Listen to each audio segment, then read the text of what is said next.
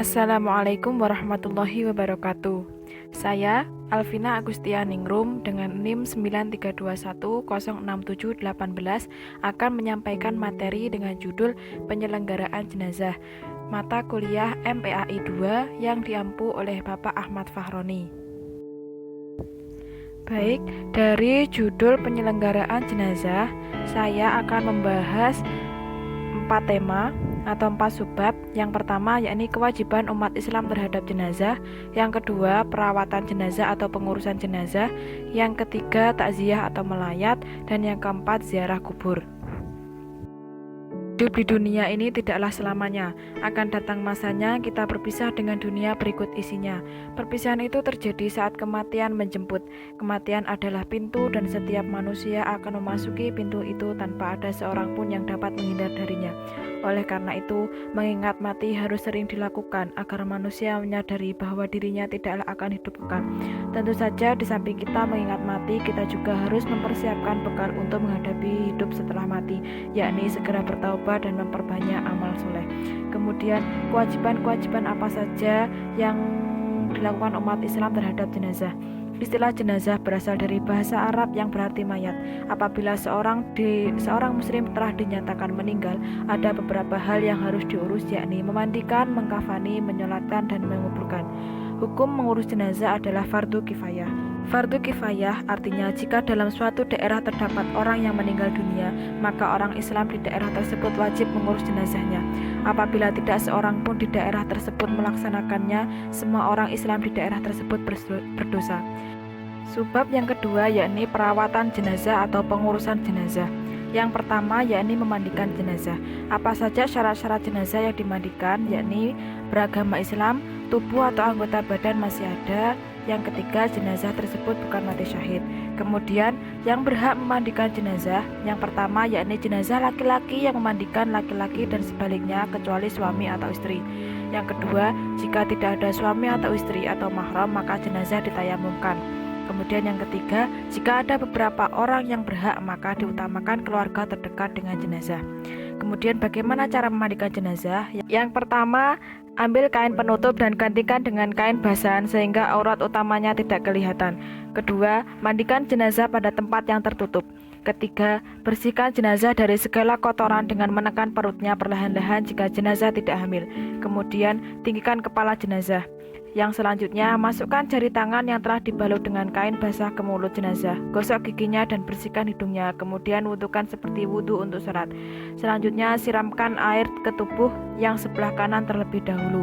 Kemudian, mandikan jenazah dengan air sabun dan yang terakhir dicampur dengan wangi-wangian. Perlakukan jenazah dengan lembut. Kemudian, wajib dimandikan 1 kali jika sudah terpenuhi ke seluruh tubuh. Sunnah mengulanginya dengan bilangan ganjil. Jika keluar najis setelah dimandikan, wajib dibuang dan dimandikan kembali. Jika keluar najis setelah di atas kafan, tidak perlu untuk diulang mandinya, tetapi cukup untuk membuang najisnya saja. Kemudian, keringkan jenazah agar tidak membasahi kafan. Sebelum dikafani, berilah wangi-wangian yang tidak mengandung alkohol seperti kapur barus. Perawatan yang kedua yakni mengkafani jenazah. Dalam mengkafani jenazah harus dilakukan dengan sebaik-baiknya. Rasulullah bersabda, "Idza kafana ahadukum falyuhsin kafanah," yang artinya bila mana seseorang di antara kamu mengkafani jenazah saudaranya sesama muslim, hendaknya melakukan dengan baik. Hadis riwayat Muslim. Ketentuan-ketentuan dalam mengkafani jenazah yakni kain yang digunakan hendaklah bagus, bersih, menutupi seluruh tubuh, dan kain kafan hendaklah berwarna putih. Kemudian jumlah kain kafan bagi laki-laki 3 lapis, sedangkan perempuan 5 lapis. Kemudian sebelum digunakan untuk membungkus, hendaknya diberi wangi-wangian seperti kapur barus. Yang selanjutnya yakni tidak berlebihan dalam mengkafani jenazah. Cara mengkafani jenazah perempuan, kain kafan perempuan terdiri atas 5 lembar kain kafan putih, yakni yang pertama, lembar pertama yang paling bawah untuk menutupi seluruh badannya yang lebih besar. Kemudian lembar kedua untuk kerudung kepala. Kemudian lembar ketiga untuk baju kurung, lembar keempat untuk menutup pinggang hingga kaki, dan yang selanjutnya lembar kelima untuk pinggul dan pahanya. Perawatan jenazah yang ketiga yakni mensolatkan jenazah. Semua syarat wajib dan syarat sahnya sholat fardu menjadi syarat dalam sholat jenazah kecuali waktu sholat. Posisi imam jika jenazahnya laki-laki, ia berada di dekat kepala jenazah. Sedangkan jika jenazah perempuan, maka posisi imam berada di dekat perut jenazah. Adapun tata cara pelaksanaan sholat jenazah, yakni yang pertama membaca niat sesuai dengan jenis kelamin jenazah, yang kedua membaca surat Al-Fatihah, yang ketiga membaca sholawat Nabi, yang keempat membaca doa setelah takbir ketiga, dan yang terakhir membaca doa setelah takbir keempat. Perawatan yang terakhir yakni penguburan jenazah. Menguburkan jenazah merupakan proses terakhir dari pengurusan jenazah. Melakukan penguburan terhadap jenazah sekali lagi harus diperhatikan apakah sesuai dengan ketentuan-ketentuan yang berlaku.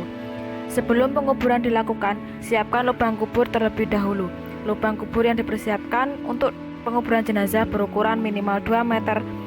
Bau tubuh yang membusuk tidak tercium ke atas dan untuk menjaga kehormatannya sebagai manusia. Selanjutnya, secara perlahan jenazah dimasukkan ke dalam kubur dengan dimiringkan ke arah kiblat. Selanjutnya, tali pengikat jenazah bagian kepala dan kaki dibuka agar menyentuh tanah langsung. Agar posisi jenazah tidak berubah, sebaiknya diberi ganjalan dengan bulatan tanah atau bulatan tanah kecil. Selanjutnya, lubang tanah ditutup dengan kayu atau bambu sehingga waktu penimbunan tubuh jenazah tidak terkena dengan tanah. Sebab yang ketiga yakni takziah atau melayat. Takziah atau melayat adalah untuk menghibur atau memberi semangat dan untuk mengunjungi orang yang sedang tertimpa musibah kematian. Umayyah radhiyallahu anhu mengatakan bahwa anak perempuan Rasulullah Shallallahu alaihi wasallam menyuruh seseorang untuk memanggil dan memberi tahu beliau bahwa anaknya dalam keadaan hampir mati. Lalu beliau bersabda, "Kembalilah engkau kepadanya, katakan bahwa segala yang diambil dan yang diberikan, bahkan apapun yang ada di hadapan kita kepunyaan Allah. Dialah yang menentukan ajalnya, maka suruhlah ia sabar dan tunduk kepada perintah Allah." Hadis riwayat Bukhari Muslim. Adapun adab-adab dalam bertakziah yang pertama yakni menyampaikan doa untuk kebaikan dan ampunan terhadap orang yang meninggal serta kesabaran bagi keluarga yang ditinggalkan. Kedua, hindari canda tawa apalagi sampai tertawa terbahak-bahak. Ketiga, hindari pembicaraan yang menambah sedih keluarga yang ditinggalkan. Keempat, usahakan untuk ikut mensolati jenazah dan mengantarkan ke kuburnya. Kelima, membuatkan makanan bagi keluarga yang ditimpa musibah. Sebab yang terakhir yakni ziarah kubur. Ziarah kubur artinya berkunjung ke kuburan dengan niat mendoakan orang yang sudah meninggal dan mengingat kematian.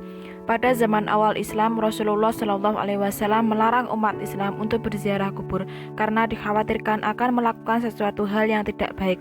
Misalnya menangis di atas kuburan, bersedih, meratapi, bahkan yang lebih bahaya adalah meminta sesuatu kepada si mayat yang ada di kuburan.